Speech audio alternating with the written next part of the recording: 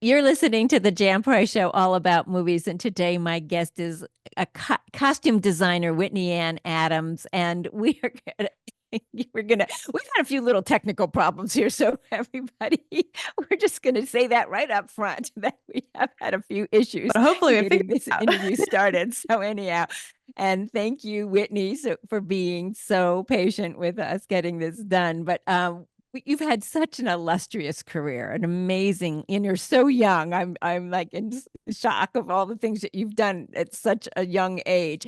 But one of the things we're going to talk about today is the Supremes at Earl's All You Can Eat, in which is a wonderful, wonderful film. I cried at it and I Oh, laughed, and it's just a great, great movie. And the costumes, oh my gosh, they are amazing.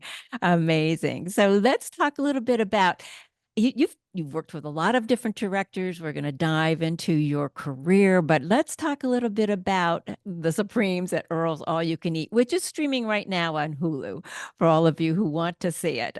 So let's talk about the costumes because you had to do different eras. You started in the 50s, 60s, 70s, and take us through a lot of different eras and for each of these wonderful characters. You had a great cast to work with. So let's talk a bit about this movie and it, how you designed the costumes for it. it was quite the undertaking. Like you said, four different decades to work with: 1950, 1968, 1977, and 1999. And I had quite a giant cast as well. And the story spans such a huge period of time. So we need all the different clothes. We had four different stocks of clothing for all of our different decades. I was sourcing things from LA, from New York, from across the country.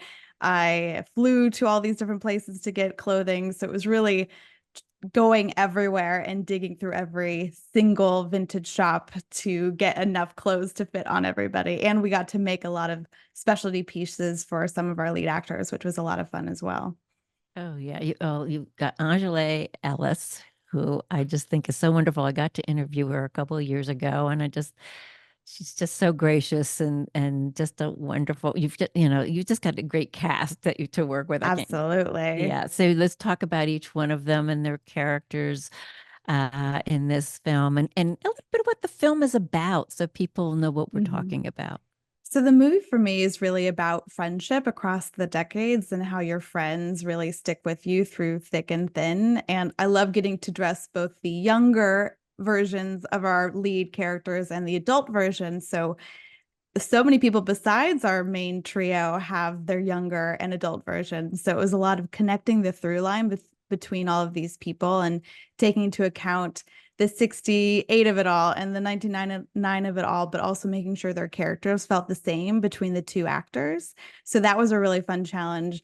I had my 1999 leads cast first with Aunjanue and Sanaa and Uzo, but we filmed our 1968 cast first. So I fit all of those women first and all of our young, amazing cast first. And I wanted to make sure that those colors and patterns and ideas that I had for the younger cast also worked for the adult cast. So it was a lot of sort of moving backwards and forwards in time constantly to make sure that I had wiggle room to sort of get the right looks when I worked with our adult actors. And so it was just a lot of fittings and a lot of thinking. I would say, yeah. And I hadn't thought about the fact that you had to make sure the colors worked, as they got older too for them. So, yeah, it's a great, I mean, the ensemble cast of the young actresses and the young male leads were also wonderful, and how they went back and forth between them. So, Absolutely. And I started with the color palette. That was sort of my main through line is I had my casting of Aunjanue, Uzo, and Sanaa. And so I sort of gathered every image of them that existed, contemporary, both them in films, both them as themselves, and figured out what colors both worked for the characters and looked great on them. And then I mhm. worked backwards. And once I had that color palette for each one of the adult versions, I then used that color palette for our younger actors, found which of those colors worked well on their skin as well, and then went about finding the right correct pieces. And then we built some things like Kiana Simone, who plays young Odette. We built her fiery orange dress in-house, and it was fun to source that fabric. And, you know, she's the fiery, outspoken, but also grounded, foundational friend of the trio. So all of her, you know, color palette was earth tones and that grounded, solid Interesting. foundation. Very interesting. You know, you don't even think about that when you're watching a movie. You know, how the colors can evoke the mood Mm-hmm. of what we're watching and that character's soul. I want to read something to you. I'm reading Oscar-winning actor George Chakiris's autobiography, and when I was reading it the other day, I came across a quote that he talks about Irene, you know, Oscar-winning costume designer Irene Sheriff. Mm-hmm. And in it, he wrote, Irene Sheriff, one of the great costume designers of all time, designed for the character. She connected with their souls and expressed them through her mastery. No wonder she remains one of the most important designers in the history of stage and screen. I love that quote so much. What a legend. Her career is so incredible and impressive. I have all of her biographies on my bookshelf. She's such an amazing designer to look up to. She really is. And so I loved when he said she connected to the soul. So Mhm. you're saying the same thing, you know, that you were, you know, the character, you know, she was more earth and the earthbound. And so, you Mhm. know, the colors had to denote, you know, more of the earthy tones and that's connecting with the soul. So Absolutely. We have to be not just a visual designer, but a psychologist, a therapist. We're not only working with the characters' brains and who they are and how they think about their clothes, we're also working with our actors and their selves that they bring to the character and their bodies. And so there's a lot of meeting of all these different things together. So it's very um, sort of logistic and thought forward. You really have to figure out who these people are and why they wear what they do. It can't just be a pretty picture. Of course, we want things to look good, but that's just the little tip of the iceberg. Really, the main bulk of the work is doing all of that research and thought process.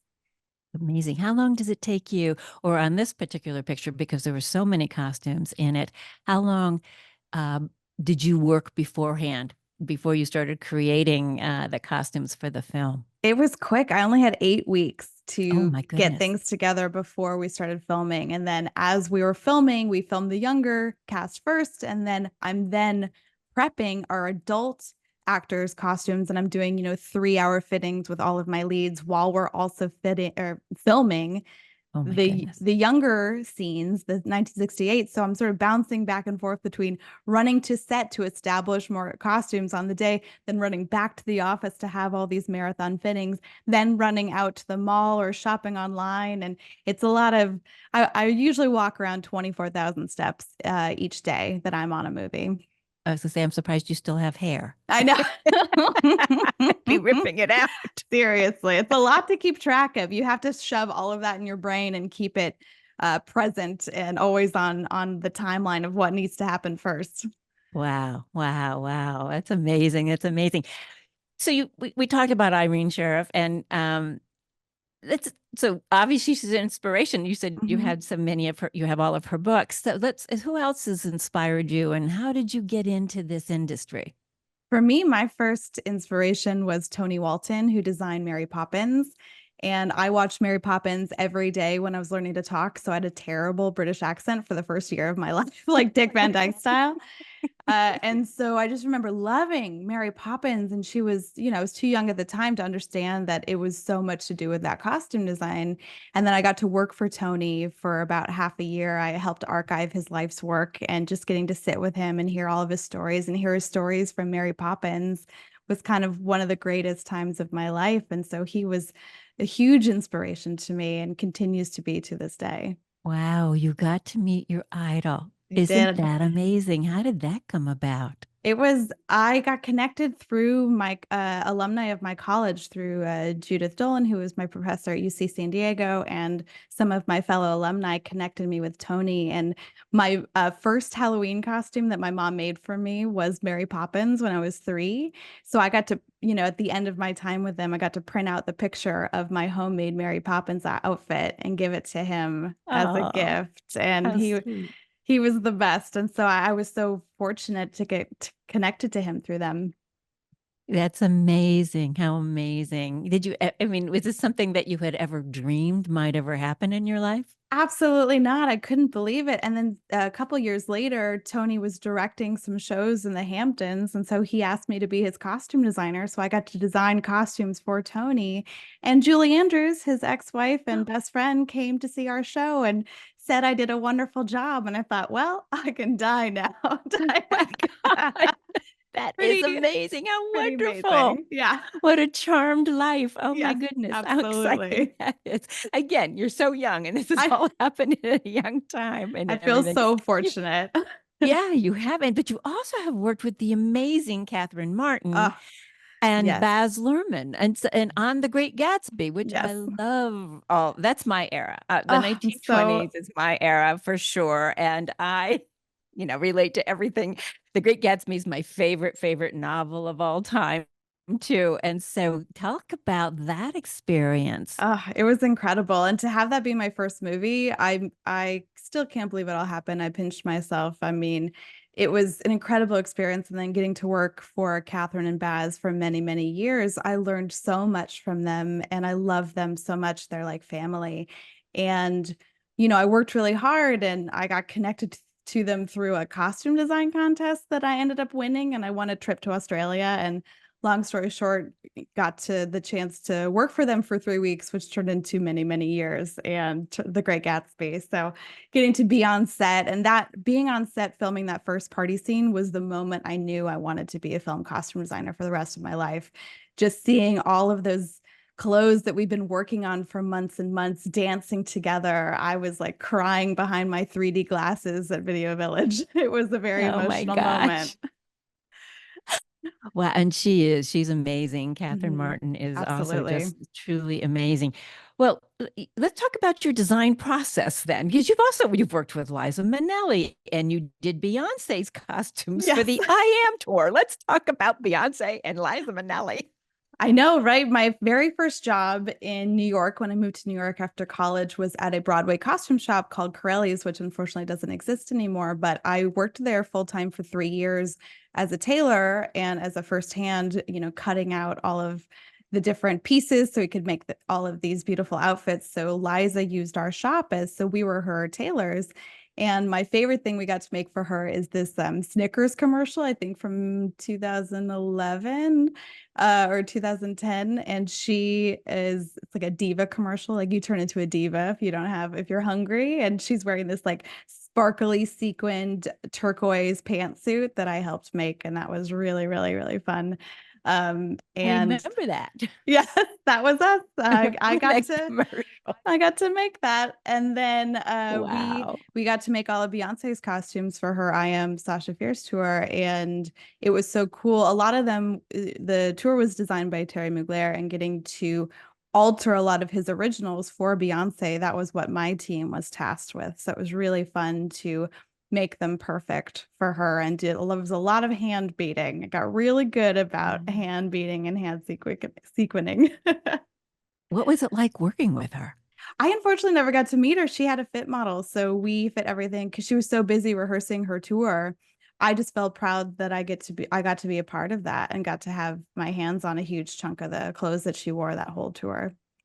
Well, you've been really busy because you've got a lot of films that you've been working on, and right now you're working on something. So let's talk a little, yeah. So let's talk about well, you seem to work, and I've noticed when I was doing my research, a lot with Chris Landon. I love Chris. Chris Landon's amazing. We've done uh, 4 movies together, 3 that he directed and 4 that he wrote, and it was just he's the best. I love Chris so much, and he's so much fun to work for. And I love horror. I'm a big horror person, And so we've done some really fun horror comedies and straight horror together. It's been a delight. And I hope we get to work together again soon because he just sets such a fun, amazing, respectful set. That's nice. I mean, because when you see that you're working with somebody over and over again, and you find that that's makes it, there's a different way of communicating with one another when you work together so much. There's a shorthand and how you work, Exactly. You right? can jump right into it and you don't have to like we have the same aesthetic. We care about the same things. He can give me a task and I can go off and do it and bring it back and we're always on the same page, which I love. So let's talk about that. What is it like designing for a horror film versus a narrative, love story, let's say. Right. Well, there's a lot more multiples because there's usually a lot of like blood and distressing and dirt and all sorts of things happen in horror movies. Plus, there's a lot of stunts. So, my number one thing is safety. So, I always design with safety in mind. And if we're going to do some stunt where someone goes through a plate glass window, I want to make sure that their skin is covered as much as possible. So, if that affects the principal actor's costume, that's fine. I really just need to make sure people are safe. So it's a lot of thinking about those logistics in addition to what looks correct for the character. So there's a lot more stunts and multiples and shopping in places where you don't get one-offs. You can't really use vintage so much. You got to build things more. I never thought about you. So you also have to protect when they're doing the stunts, you have to put a costume together that protects them. That it never Mhm. even again when we're watching these movies, that's why I love what I do because it's the behind the scenes and we get to know, take a little bit of a look and peek All inside to the see all the secrets. the movie magic that goes on behind the scenes. So that's interesting. I mean, that wouldn't be something we would all think about, obviously. Exactly. Like all, and depending on how long they wear it in the movie and how many stages of destruction it goes through. And also, you need to get multiple sizes because often the stunt actors are wearing harnesses or pads or different things underneath as well. So you need it to look correct, but they also have to wear all this stuff underneath it so their body stays protected. So, really having a lot of multiples, but also multiples in different sizes. Interesting. Very interesting. Very interesting. So, what's your design process? We started on that, I think, a little bit, Yeah. but let's take a little deeper dive into what your process is. My favorite thing is that my process is the same no matter if I'm doing a horror movie or a period drama. It's reading the script multiple times, taking my script notes, and then doing research. If I'm doing a horror movie, maybe I go rewatch some of my favorite horror movies set in that era, or I go dig into where the time and place. If I'm doing a period, say, the Supremes, I dug into the research, going through family photos online. A lot of people on Flickr have public albums. So I love using people's because it's real people. I love yearbooks. Yearbooks are such a great gold mine of photos and contemporary magazines and also films of the time and just getting research wherever you can. So no matter what the story is, or if it's contemporary or a period, you still just have to do your research and gather as many images and history that you can. You have, you said you like horror films, which is not my Yeah. genre at all, at all. I don't like being scared. But besides horror films, do you have a favorite genre that you do like working on more than others, perhaps, or have it, or is it all of them? I love everything. I think my goal is to do a different movie in every genre in my career. But if I have to pick something that is my favorite, it's a movie musical. I love movie Mm. musicals. I moved to New York to do Broadway, to do theater. I love musicals. So it is definitely a big goal of mine to do a big period, like mid-century movie musical. But Oh, I am a student of cinema. I just love watching movies. I try to watch at least a movie a day, even if I'm like, working. I just have it on in the background. I just love movies. Right now, I'm in a 90s action vibe at the moment. So I'm watching a lot of 90s action. it's funny how we do that. Yeah. Let's start in one genre. You're Oh, like, let's go oh, watch all of those movies, exactly. from Depends that on what genre mood and I'm see what in that's like. or what I'm doing. It's like, oh, I'm working on this movie that's really heavy, so I need to go have some fun. It sort of Right. balances out what's happening in my personal life. Well, we all need balance. Yes, We definitely need balance. I think that's why a lot of us, during the pandemic and to some of our stressful times that are going on in our world, we want something light exactly. and We want fun. fun and Don't lovely. Yeah, we don't want too much drama anymore. And at the moment, it depends though. So what are you working on now? Because it seems you're in a project right at the moment, I correct? am. I'm currently in New Orleans. I can't say anything, unfortunately, but I can say it is a spooky, more on the spooky side than say the Supremes. So I'm excited about this one. I'm here through the end of the year. And this is my third movie in New Orleans. So I'm excited to be back. Oh, so you like New Orleans then? And you said there's a hurricane coming there? Oh, yes. I'm sheltering in place from Hurricane Francine headed our way today. Wow, wow, wow. So Luckily, I you, can work remotely at home. So I have yeah, you work from home definitely have to do church. that. So be careful, be Yeah. safe, be safe, Yeah. be safe. I'm with you. I love Broadway musicals. That's what I wanted to do when I was a little girl. I wanted to be, the next Mary Martin or something. I Mhm. wanted to be Peter Pan, but I've never grown up, so I guess I have fulfilled that wish at some level. But I didn't Yeah. get to go fly. Uh, I just love it so much. I'm a Tony voter now. It's something that's kind of a dream for me. So I get to go up to New York and see every show Oh, this wonderful. season. And I just love it so much. I think that's another big goal of mine is to do a Broadway show at some point in my life. I would love that. Yeah, I do. Well, yeah, I love Broadway musicals myself. Do you have an all-time favorite Broadway musical that if they did a revival that you would love to do the costumes for? Oh, it's such a good question. And it feels impossible to sort of choose what a favorite might be. But I think my favorite more contemporary musical is Next to Normal. I would love to do that show. It's more of a smaller scale. So it's not what you think of like a typical big costume movie, but I think it's just such a brilliant and there's also this show I love called Fun Home that I'm hoping that they make a movie of at some point because I love that Broadway show so much, and I think it would be an amazing movie. I don't know either one of those. They're wonderful. They're Are really, they? really great. Yes. So you're not looking at any of the old 1940s Oh, I love those musicals. too. I think Oklahoma is my favorite, and I loved the recent revival that I had a close dear friend, Will Brill, in the show, and so it was fun to see him in one of my favorite musicals. Yeah, the costumes from that era, from the 40s and the 50s, Ugh, Carousel incredible. and of course West Side Story, which, I'm interviewing George Shakiris next week. I'm so excited. It's just so brilliant. I recently listened to that whole album driving back from New York, and it's just a perfect musical. It's just perfect. It And is. it's incredible. And I could listen to it on repeat for the rest of my life. Yeah. I agree with you So 100%. I really impossible do. to pick a favorite. They're all so good. I know, I know, I know. It's, character driven. It's just, yeah, and the costumes in that. Oh, Stunning.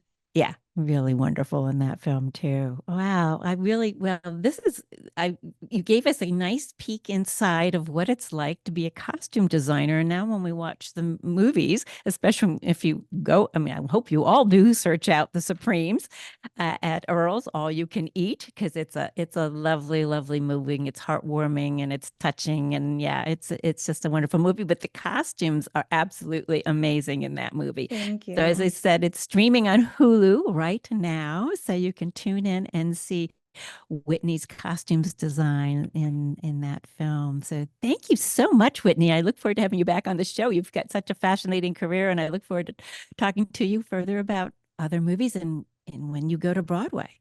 Same. Thank you so much for having me. It's such a delight. It was for me also. Thank you so much.